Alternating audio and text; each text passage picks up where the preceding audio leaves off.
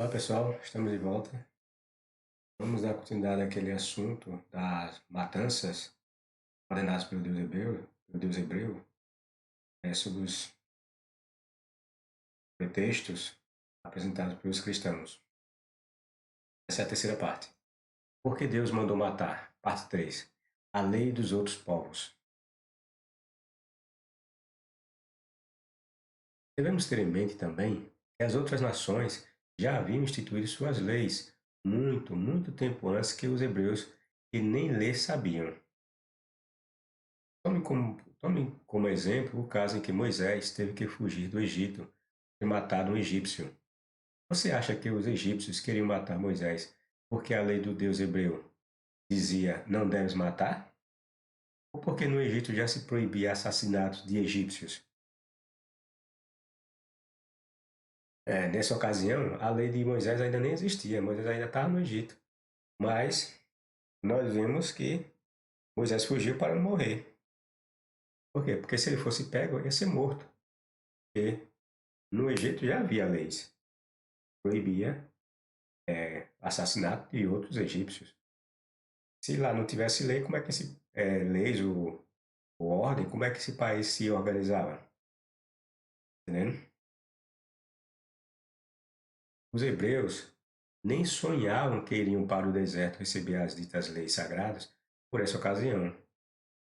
Os povos ditos pagãos já possuíam leis e organização social, enquanto os hebreus ainda não passavam de tribos primitivas e estavam no cativeiro, segundo a lenda, no Egito. Está entendendo? Mas os povos ao redor do Egito, local em que os hebreus estavam escravizados, que ainda iriam sair para receber a tal lei lá no deserto, já tinham uma organização. O Egito, por exemplo, era regido por uma monarquia em que seus é, faraós eram tidos como deuses, tinham uma organização social, entendendo? Os outros povos também já tinham. O Egito é, é,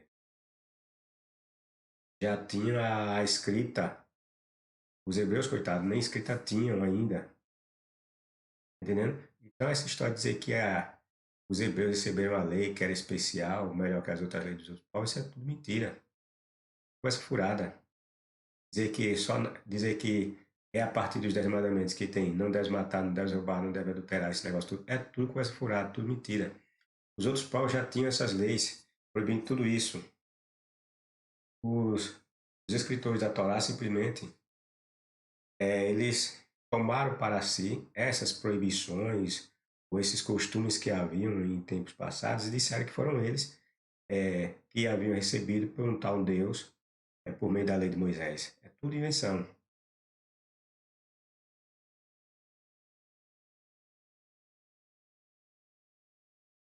Você acha que a proibição de adulterar, roubar, matar era a criação do Deus hebreu? O Deus hebreu a partir de Moisés?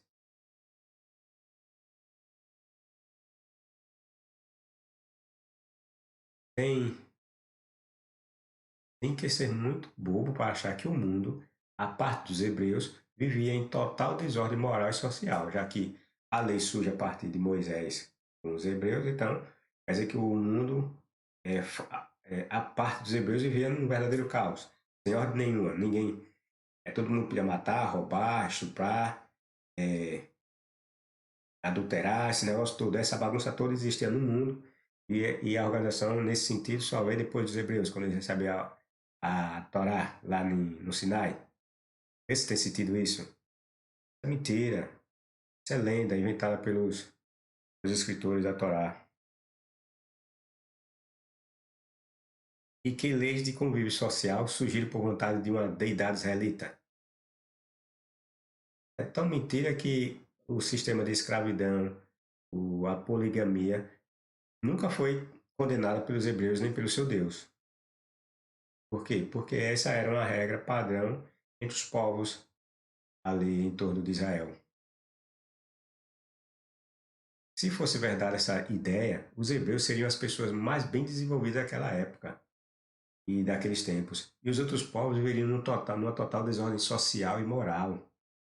mas mas era justamente o contrário que acontecia. Eram os hebreus que viviam numa total desordem e numa total miséria. Os hebreus, em comparação com os outros povos, como o Egito, Babilônia, os assírios, eram miseráveis. Os hebreus eram um dos povos mais atrasados por aquelas bandas da Palestina. Segundo os contos bíblicos, eles vagueavam. É tanto que eles, quem eram os escravos? Quem era que vivia só sendo quem era que vivia sempre na condição de escravos? Os hebreus. Era por acaso os babilônios que viviam como escravos? Era por acaso os egípcios que viviam como escravos? Eram os hebreus. Foram escravos dos egípcios, segundo a lenda. Foram escravos dos assírios, segundo a lenda. Foram escravos dos babilônios, segundo a lenda. Foram escravos dos persas, dos medos e persas, segundo a lenda. Embora tenham sido libertos por esse, mas eram escravos, porque iam pagar tributos, não eram escravos. E, por fim, se tornaram escravos ou tributários dos romanos. Ou seja, sempre os hebreus ficaram na condição de escravos, povos menosprezados e povos de é, menor poder de influência. Tá entendendo? Essa balela dizer que os hebreus era isso, era aquilo, merecer a lei, que o Deus hebreu fazia isso, fazia aquilo, é conversa furada, isso é conto. Esses contos não se sustentam dentro dos próprios contos, seus próprios contos. Nós vamos ver a discrepância dele a cada momento que nós lemos os enredos de suas histórias. Segundo os contos bíblicos, eles, ou seja, os hebreus, vagueavam por entre terras estrangeiras. Eles eram nômades. Pessoas assim têm pouca identidade. Os hebreus copiaram por diversas vezes costumes e até a forma de se organizar socialmente de outros povos, mostrando que não havia nada de orientação divina nas decisões que eles tomavam. Por exemplo, os povos cananeus e seus vizinhos já haviam estabelecido, segundo a própria lenda contada pelos hebreus, que esses povos já haviam há muito tempo estabelecido a monarquia como uma forma social de social e administrativa, enquanto que os hebreus não possuíam forma de governo alguma. Os hebreus ainda estavam divididos em tribos, chefiados, tendo cada tribo um chefe para comandar esses povos, ou para comandar essas tribos. Estavam divididos em tribos sob a liderança de diferentes chefes tribais. Observando, observando como seus vizinhos se organizavam, que os hebreus, segundo a Bíblia, estabeleceram a monarquia sob a regência de Saul, Davi e Salomão. A organização, a divisão de monarquia lá nos hebreus só surge a partir que eles observam essa necessidade de se organizarem como um povo, se unirem como um único povo, sob a liderança de um só líder. Isso acontece lá em 1 Samuel capítulo 8, vocês vão ver os hebreus, diversas tribos, depois que eles percebem que Samuel estava morrendo, ficando velho demais, e que os filhos de Samuel não prestavam, eram juízes ou sacerdotes, eram sacerdotes que violavam a lei. Então eles disseram que era bom que Samuel escolhesse um líder para eles, como as nações tinham, desejaram um rei. O sacerdócio que eles criaram a partir da tribo de Levi foi copiado, bem provavelmente, de seus vizinhos, sobretudo os egípcios. Nunca possuíram cidades fortificadas como muros. Essas cidades fortificadas, segundo a lenda, eles foram observar lá na cidade dos cananeus. Nem o papiro, material usado para escrever, que foi usado pelos escritores bíblicos, eles conseguiram inventar. Seu Deus, o Todo-Poderoso, nem isso os inspirara a fazer. Porém, ante sua primitividade e incapacidade, preferiu escrever em pedras. A mentira da história bíblica é tão flagrante que não há vestígios nenhum dessas leis que foram registradas em pedras. Os egípcios, babilônios, sumérios, os incas e outros deixaram algo em pedra, mas os hebreus que afirmam ter deixado, nada foi encontrado até hoje. Outros crentes, querendo justificar as matanças de seu Deus imaginário, afirmam que o verbo em hebraico usado para matar não significa simplesmente matar, mas teria o significado de assassinar sem motivos. Pense um pouco. Que motivo, por mais relevante que fosse, justificaria alguém matar o filho da espada sem qualquer direito à defesa, um bebê de peito, ou mesmo uma mulher grávida, ou ainda um velhinho que mal conseguia andar? Vê se tem justificativa para isso. Procure esse motivo e me responda. Isso se chama intolerância, barbárie por ignorância, tanto dos crentes que insistem em defender essas barbáries que encontramos na Bíblia, quanto dos hebreus que diziam povo especial e que não eram. Outros dizem ainda que Deus é Deus e, como tal, ele tira a vida de quem ele quer, pois não precisa justificar suas atitudes para humanos e não entende sua forma de agir.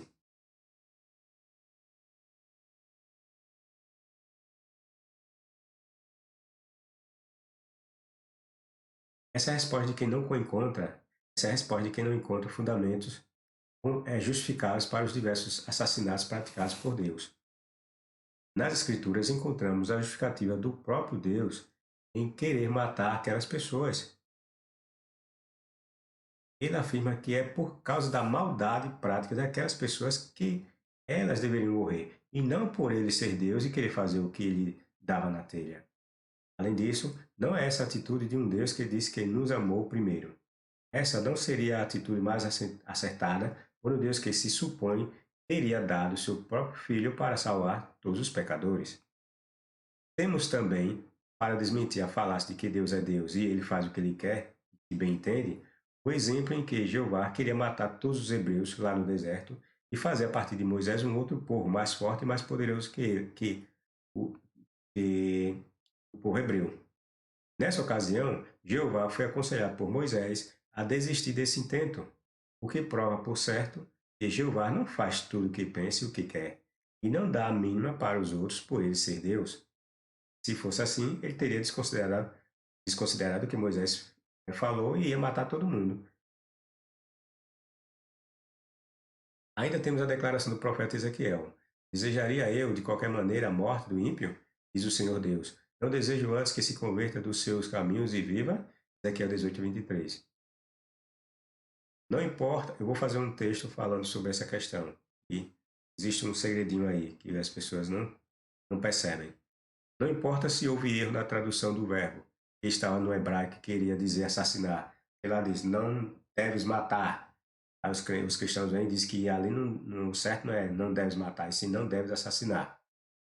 Então, não importa se houve erro nessa tradução, que deveria dizer deve assassinar, sem causa ou motivo. A questão é que um Deus que se diz todo-poderoso usou de meios que só humanos usavam naqueles tempos brutais para resolver seus problemas.